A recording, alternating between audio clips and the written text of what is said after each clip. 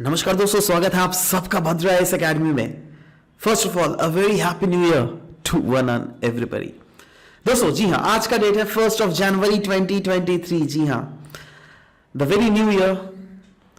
And आज के class में हम लोग डिस्कस करेंगे 1 जनवरी एज वेल एज कुछ जो करंट अफेयर्स है जो 31 दिसंबर के छूट गए थे। So yes, we will cover that as well in today's class. आगे बढ़ने से पहले let me remind you that PDF link जो रहने वाला है ये पूरे क्लास का वो नीचे डिस्क्रिप्शन सेशन में लगा दिया जाएगा। आप जाकर उसको डायरेक्टली यहां पर डाउनलोड भी कर सकते हैं। चलिए, सबसे पहले तो यहां पे डिस्कस करेंगे हमारे प्रीलिम्स एपीएससी के क्रैश कोर्स के रिलेटेड। जी हां दोस्तों, क्रैश कोर्स जो क्या अभी न्यू ईयर के लिए ऑफर चल रहा है इसमें, and that is available to you all at just at a minimal price of only 7,000 rupees. जी हाँ दोस्तों, आप लोगों में से अगर कोई भी ऐसे है जो कि इस क्रैश कोर्स को ज्वाइन करना चाहते हैं जहां पे ये सारे फीचर्स आपको अवेलेबल होने वाले हैं हमारे क्रैश कोर्सेज में, then please join. For joining the crash course, you can directly call on to these numbers because the course is going to start from 9th of January 2023, which will be in both online as well as offline mode. So do attend our crash course. Anyways, चलिए अब बढ़ते हैं। सबसे पहला यहाँ पे news देख लेते हैं। Tidal disruption event. NASA national aeronautics and space limited ने रिसेंटली ऑब्जर्व किया ये टाइडल डिसरप्शन इवेंट। तो ये है क्या? देखो, टाइडल फोर्स आप लोग को पता है दैट ये अलग अलग स्ट्रेंथ का होता है, राइट? नाउ अब कोई दो बॉडी के बीच में, जैसे बोलते हैं ना हम लोग दैट मून सॉरी अर्थ के ऊपर सन का टाइडल फोर्स लग रहा है, राइट? तो जी हाँ, तो टाइडल क्या फोर्स होता है? ये काइंड ऑफ ग्रेविटेशनल फोर्स होता है जो कि दो पॉइंट या फिर दो ऑब्जेक्ट के बीच में लग रहा है, right? If the tidal force exerted on a body is greater than the intermolecular force, for example सोचो ये एक बॉडी है, ये एक बॉडी है, राइट? इन दोनों बॉडीज के बीच में कुछ ना कुछ तो फोर्स ऑफ अट्रैक्शन लगेगा, कुछ ना कुछ तो इंटरमॉलिक्यूलर फोर्स लगेगा, कुछ ना कुछ तो ग्रेविटेशनल फोर्स लगेगा, राइट? एक सोचो थर्ड बॉडी आ गया। अब थर्ड बॉडी इतना ज्यादा ह्यूज है दैट इसका मास बहुत ज्यादा है एंड इसके जो ग्रेविटेशनल फोर्स या तो इस वाले बॉडी में या तो इस वाले बॉडी में लग रहा है। तो वही चीज बोला गया that अगर टाइडल फोर्स एक्सर्ट किया जा रहा है on a body is greater than the intermolecular force that keep its together, the body will get disrupted. सोचो ये दो बॉडी आराम से इंटरैक्ट कर रहे हैं, बट अचानक से तीसरा बॉडी आ गया जिसका टाइडल फोर्स बहुत ज्यादा लग रहा है, तो इन दोनों का मोशन को जो है वो डिसरप्ट करेगा। और वही चीज है टाइडल डिसरप्शन इवेंट। ये टाइडल फोर्स है on of a black hole. जी हाँ, यहां पे मैं जो बड़े ऑब्जेक्ट का बात कर रहा हूं ना, ये है ब्लैक होल जो कहां पर लगा रहा है? दो स्टार्स जो क्या ग्रेविटेशनल फोर्स आपस में कर रहा है उनके ऊपर लगाया जा रहा है। Now the gradual growth of this material bound to black hole produces short lived flare of emission which is also known as tidal disruption event. ये इवेंट जो है इसको फॉर्मली कॉल किया जाता था AT2021 EHB और it took place in the galaxy with central black hole about 10 million times mass of the earth. In fact, ये जो टाइडल डिसरप्शन इवेंट है ये काफी ज्यादा एस्ट्रोनॉमर को अट्रैक्ट करता है। क्यों? पहली बात तो ये बहुत ज्यादा शॉर्ट ड्यूरेशन होती है एंड ये एक अपॉर्चुनिटी प्रोवाइड करता है एस्ट्रोनॉमर्स को दैट एस्ट्रोनॉमर्स जान सके ब्लैक होल्स के ग्रेविटी के बारे में, राइट? तो ये चीज है टाइडल डिसरप्शन इवेंट के बारे में। आगे बढ़ते हैं। Village vibrant village programme VVP recently news में था। क्यों? क्योंकि यूनियन होम मिनिस्टर ने बॉर्डर गार्डिंग फोर्स को बोला है to strengthen the vibrant village programme जिससे इंश्योर किया जा सके वेरियस वेलफेयर प्रोग्राम्स को। सो यह है क्या? देखो, अनडाउटेडली आपको पता है दैट बॉर्डर एरियाज हमारे नॉर्थ वेस्ट रीजन में पाकिस्तान के साथ बॉर्डर है, नॉर्थ और नॉर्थ ईस्ट रीजन में चाइना के साथ बॉर्डर है, right? So it is very much important that undoubtedly ये शोल्डर्स जो है ना हमारे जैसे BSF ITBP इनका तो रहना जरूरी है ही, बट साथ ही साथ हमें क्रिएट करना पड़ेगा वैसे विलेजेस को जो कि इन बॉर्डरिंग एरियाज में रहते हैं जो क्या कंसर्न करते हैं हमारे कंट्री के बारे में। क्योंकि आप खुद सोचो, मैं 2 मिनट के लिए आपको एग्जांपल दे रहा हूं। सोचो यहां पर एक विलेज है, राइट? चाइना वालों ने इन विलेजेस को अगर पैसा दे दिया तो of course these villages will incline to them.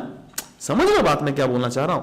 तो या तो ऐसे विलेजेस होने चाहिए हमारे इसमें जिससे क्या बाई चांस कल को कोई हरकत भी होता है, क्योंकि देखो everything is not possible for the BSF और ITBP और any forces to keep eye on, right? So there are many things जो क्या उन विलेजेस को भी पता रहता है, right? So if they will help us out then it becomes very much easy to manage them, right?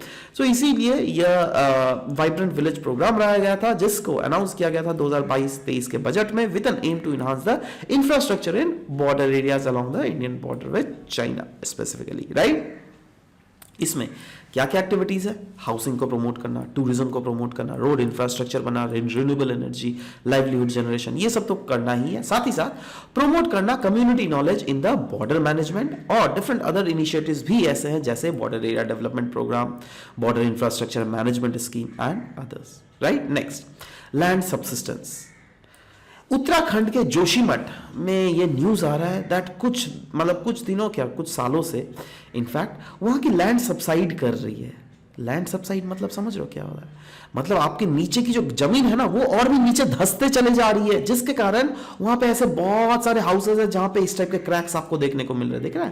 देख रहा है एकदम घर के सामने, और ये सब क्रैक देखते हुए बहुत सारे लोग तो भाग रहे हैं वहां पर, है ना? क्योंकि भाई घर में क्रैक है मतलब क्या, कल घर टूट भी सकता है, राइट? तो सच जान बचाओ भाई, है ना? So an expert panel has now confirm that the structural defects in Joshimath have been the cause of by land subsidence। ये जितने भी जोशीमठ में स्ट्रक्चरल डिफेक्ट्स हो रहे हैं ना, जैसे बिल्डिंग्स में जो क्रैक्स आ रहे हैं, वो इसलिए आ रहे हैं क्योंकि वहां की लैंड सबसाइड कर रही है, ये कंफर्म कर दिया गया है। तो सवाल होता है रीजन क्या क्या है लैंड सबसाइड होने का? देखो, एक तो रीजन है दैट ऑफ कोर्स मैं कहां की बात कर रहा हूं, जोशीमठ। जोशीमठ कहां पे है? उत्तराखंड। उत्तराखंड का अगर आप लोकेशन देख लोगे तो वो कहां है? हिमालयन जोन में, right? So yes, tectonic discontinuities तो है ही, बट साथ ही साथ एंथ्रोपोजेनिक प्रेशर जैसे रोडवेज, बहुत सारे टूरिज्म, बिल्डिंग, डैम्स वैम्स, ये उसके बाद वहां की लोकल जियोलॉजी भी प्रॉब्लम है। तो ये सब कुछ कुछ फीचर्स है ना। सवाल होता है लैंड सबसिस्टेंस होता क्या है? ये ऐसा सिचुएशन है जहां पे अर्थ का जो सरफेस है ना, वो सडनली सिंक कर जाता है डाउन। जैसे सोचो ये वाला existing condition, disturbance, effect of disturbance. जैसे सोचो नेचुरल गैस एक्सट्रैक्शन किया जा रहा है या फिर ऑयल का एक्सट्रैक्शन किया जा रहा है, ये वाला सोचो नेचुरल गैस है या फिर ऑयल है, राइट? अब पहले तो ऑयल था, उसको एक्सट्रैक्ट करके हम लोगों ने बाहर निकाल गया, खाली जगह बच गया ना, तो ये गैप क्या होगा? ऊपर का जो मिट्टी है ना, वो नीचे धंस जाएगा, समझ लो। वैसे ही माइनिंग एक्टिविटी कर रहे हैं, माइनिंग एक्टिविटी में हम लोग सुरंग खींच के अल्टीमेटली माइनिंग कर रहे हैं, राइट? तो ये जो रीजन है, ये तो गैप हो गया, आराम से there is a huge probability that ऊपर से जो लैंड है वो धंस सकता है, राइट? कभी कभी जो रीजन है वो लाइमस्टोन्स के बने हुए रहते थे, जैसे कास्ट टोपोग्राफी कैसे होता है, लाइमस्टोन का ही तो बना हुआ रहता है ना, तो उस रीजन में भी ये सब होता है। ग्राउंड वाटर रिलेटेड नॉर्म्स भी हम लोग कभी कभी देखते हैं दैट ग्राउंड वाटर के एक्सट्रैक्शन के कारण भी वहां का जमीन धंसता है, राइट? तो ये सब कुछ कुछ है। Next, mango flowering. अब मैंगो फ्लावरिंग क्या है भाई? मैंगो फ्लावरिंग तो हम सभी को पता है, हाँ भाई, आम के पेड़ पे फूल उगना, बट अभी क्यों न्यूज में है? वो तब तो नॉर्मल चीज है।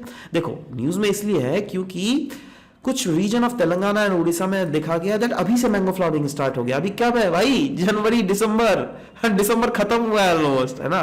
तो दिसंबर से ऑलरेडी फ्लावरिंग होना स्टार्ट हो गया है। अच्छा, इसका फ्लावरिंग का पीरियड लेकिन अभी नहीं है। देखो, ऐसा आम खाने का सीजन कब आता है बताओ तो? मई जून से स्टार्ट होता है ना आम खाने का सीजन, है ना? तो इतना जल्दी भी ये जो नहीं होता है, right?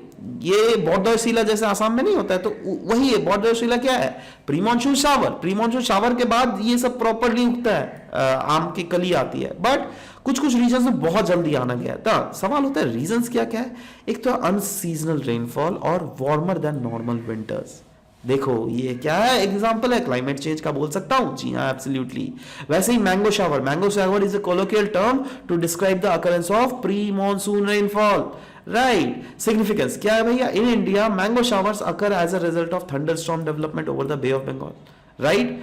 They are also known as various terms in various regions, जैसे बंगाल में इसको काल बैसाखी बोलते हैं, आसाम में इसको बॉर्डरशिला बोलते हैं, और ये क्या है? Kind of pre monsoon shower ही है विद थंडरस्टॉर्म, राइट? तो अगेन, हाँ, बॉर्डरशिला क्या है? याद रहेगा, चेरी ब्लॉसम या फिर चेरी ब्लॉसम शावर्स या फिर कॉफी शावर्स, इसको कर्नाटक में बोला जाता है, राइट?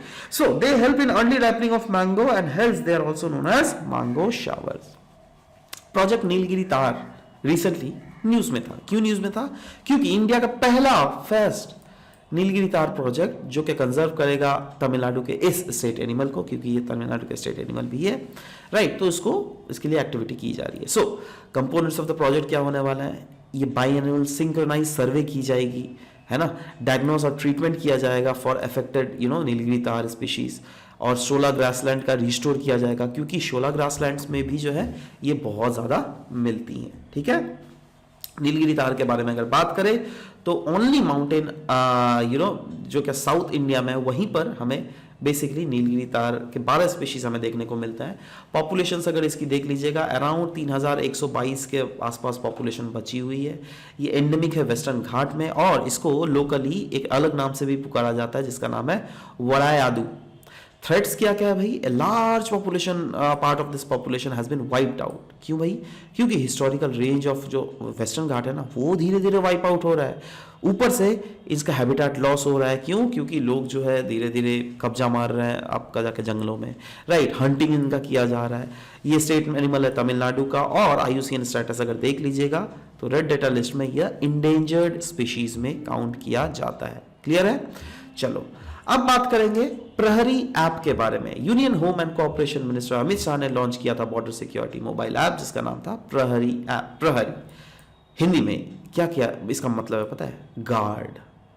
गार्ड कौन होता है? एक शोल्डर या फिर एक प्रिजनर ऑफिसर होता है जो क्या कोई पर्टिकुलर रीजन को गार्ड करता है, राइट। सो वैसे ही इस ऐप भी, ये भी जो ऐप है ना, ये ऐप बनाया गया है जवानों के लिए हम लोगों का। नाउ इसमें बोला जा रहा है इस ऐप का फायदा क्या क्या होगा। इससे जो है ना जवानों को पर्सनल और सर्विस रिलेटेड इंफॉर्मेशंस मिलेंगी, हाउसिंग रिलेटेड इंफॉर्मेशंस, आयुष्मान के रिलेटेड इंफॉर्मेशंस, या फिर लीव रिलेटेड इंफॉर्मेशंस उनके मोबाइल फोन्स में मिलेंगी। तो BSF जवान जो है वो अपने सारे GPF ले लो, बायोडेटा ले लो, ग्रीवांस रिड्रेसल, कुछ भी यार पाना है सिंपली इस ऐप के थ्रू सब कोई पाया जा सकता है, राइट। आशा करता हूं दैट प्रॉपर्ली आप समझ में आया होगा, और कुछ जो न्यूज बच गया ना दोस्तों, we will cover that in tomorrow's class as well, right.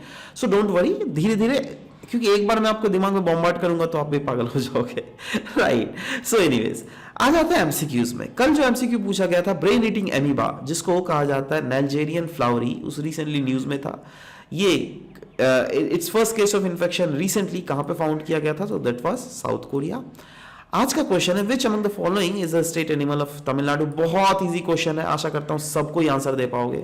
Elephant, Shanghai dear, Nilgiri tahr या फिर वाइल्ड बफेलो। नीचे कमेंट सेक्शन में अपना सही आंसर लिखकर भेजिएगा जरूर। Will be waiting for your answer to come. This was all about the discussion for today's class guys. Thank you very much for today's discussion.